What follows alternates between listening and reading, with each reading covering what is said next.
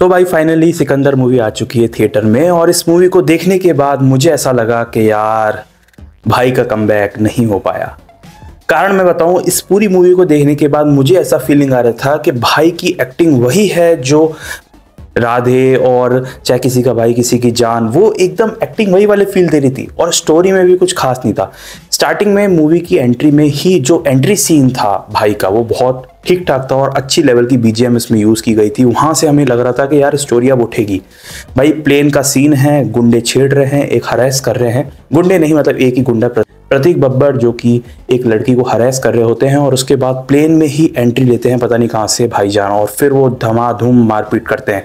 लेकिन जो प्रतीक बब्बर है वो एक पॉलिटिशियन का बेटा है। इसके आगे की स्टोरी नहीं बताऊंगा क्योंकि स्पॉइलर हो जाएगा। अब इसके बाद मूवी में आपको ये दिखाया जाता है कि भाई जो सलमान खान है उनने इसमें एक राजा साहब का कैरेक्टर निभाया है।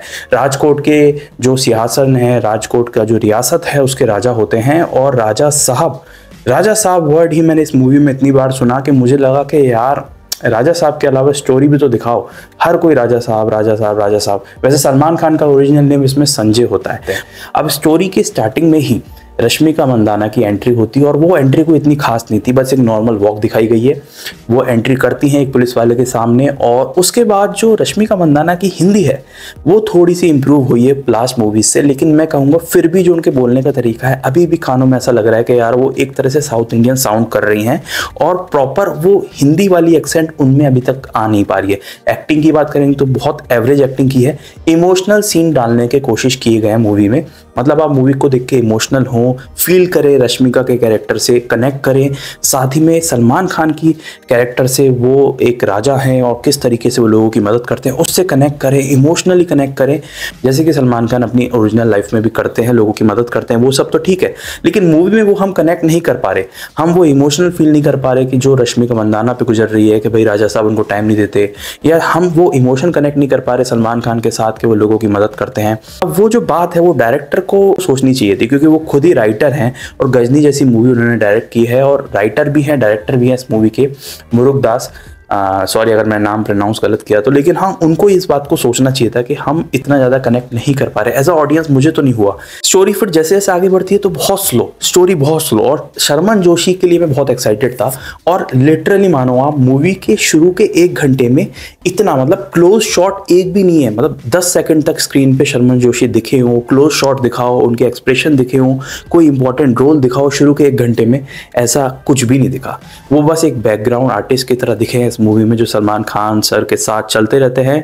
बस सलमान खान पे फोकस है मूवी पे, और वो राजा साहब हैं, कैसे कैसे प्रॉब्लम सॉल्व करते हैं, कैसे कैसे पॉलिटिक्स में फंसते हैं।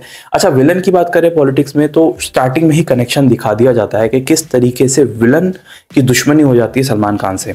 अच्छा वो विलन जो है, जो कटप्पा बने थे आप जानते होंगे बाहुबली में, उनका जो रोल है मुझे इतना ज़्यादा एंगेजिंग और इतना ज़्यादा स्ट्रॉन्ग लगा नहीं एज अ विलन, क्योंकि इसमें और भी अच्छे अच्छे विलन कास्ट किए जा सकते थे, बहुत सारे कास्ट किए जा सकते हैं। लेकिन वो इस मूवी में पर्टिकुलरली एक्टर वो बहुत कमाल के हैं, लेकिन पर्टिकुलरली इस मूवी में मुझे ऐसा लगा नहीं कि यार वो हम फील कर पाए कि ये एक धांसू विलन है, एक धांसू पॉलिटिशियन है। ओवरऑल उन्होंने कोशिश तो बहुत की है, लेकिन वैसा हमें कहीं पर भी नहीं लगा, मुझे तो पर्टिकुलरली नहीं लगा। फिर 1 घंटे तक तो बहुत ही स्टोरी स्लो चलती है, और उसके बाद भाई रश्मिका जो है वो एक ऐसी वाइफ बनी है इसमें कि वो सलमान खान के लिए सब काम करती हुई है, उनकी रक्षा भी करती हैं और सब कुछ करनी है वो, लेकिन डायरेक्टली सलमान खान को बता ही नहीं रही कि उन पर इतना खतरा है। मतलब मैं सोच रहा हूँ कि यार ये क्या दिखाने की कोशिश कर रहे हैं, मतलब अलग लेवल का इमोशनल कनेक्ट करने की कोशिश कर रहे हैं कि भाई ऑडियंस इमोशनली कनेक्ट हो जाए कि ये बीवी कितना सोचती है, और सोचती भी है ऊपर से बताती भी नहीं है कि सलमान खान के साथ क्या क्या हो सकता है। तो वो अकेले ही लड़ने पे और समस्या को जूझने पे लगी हुई हैं। वो सब देख के मुझे ऐसा लगा कि ये कुछ समझ में नहीं आया। एक्शन सीन्स की बात करें तो राइट फ्रॉम द प्लेन वाला सीन जहाँ पर भाई की एंट्री होती है उसमें भी कैमरा मूवमेंट्स अच्छे थे। बाद के जो एक्शन सीन्स आते हैं वो भी कमाल के थे। एक्शन सीन्स देखने में 1 to 1 मुझे अच्छा लगा, क्योंकि उसमें ट्रिक ये थी कि कैमरा वर्क बहुत अच्छा था, कैमरा बहुत अच्छी तरह से मूव कर रहा था, जिस वजह से हमें ऐसा लग रहा था कि बहुत तगड़ा एक्शन हो रहा है। तो ये एक तरह से ट्रिक होती है ताकि ऑडियंस को लगे कि भाई कितना बढ़िया एक्शन हो रहा है, और वो देखने में हमें मज़ा भी आया, सही बोलूँगा तो। लेकिन स्टोरी बहुत फीकी लगी, बहुत स्लो लगी, और ज़्यादा एंगेजिंग बनाई जा सकती थी, और इतना सब कुछ दिखाने की ज़रूरत नहीं है कि मुंबई जा रहे हैं।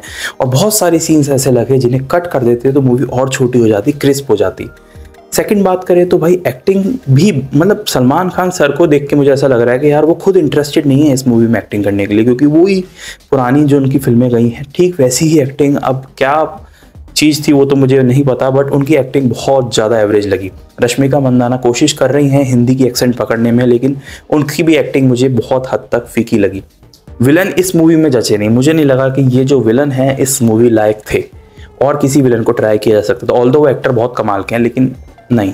गाने तो इस मूवी के शुरू से ज़्यादा कोई हिट हुए नहीं, क्योंकि यूट्यूब पर भी जैसे जैसे गाना आ रहा था उसके बाद भी गाने को लेकर लोग कमेंट्स कर रहे थे कि भाई मज़ा नहीं आया गानों में। तो जैसे कि इस मूवी के ट्रेलर के लॉन्च के वक्त भाई ने कहा था कि भाई हम दोनों के बीच में कितना गैप है, एज गैप है, तो उससे कोई फ़र्क नहीं पड़ता, इनको नहीं फ़र्क पड़ता तो आपको क्या दिक्कत है। और ठीक वही वैसी ही लाइन आपको इस पिक्चर में देखने को मिलेगी, जिसमें रश्मिका ने भी बोला है कि एज डिफरेंस है बट सोच डिफरेंस नहीं है, ऐसा कुछ उन्होंने डायलॉग बोला है।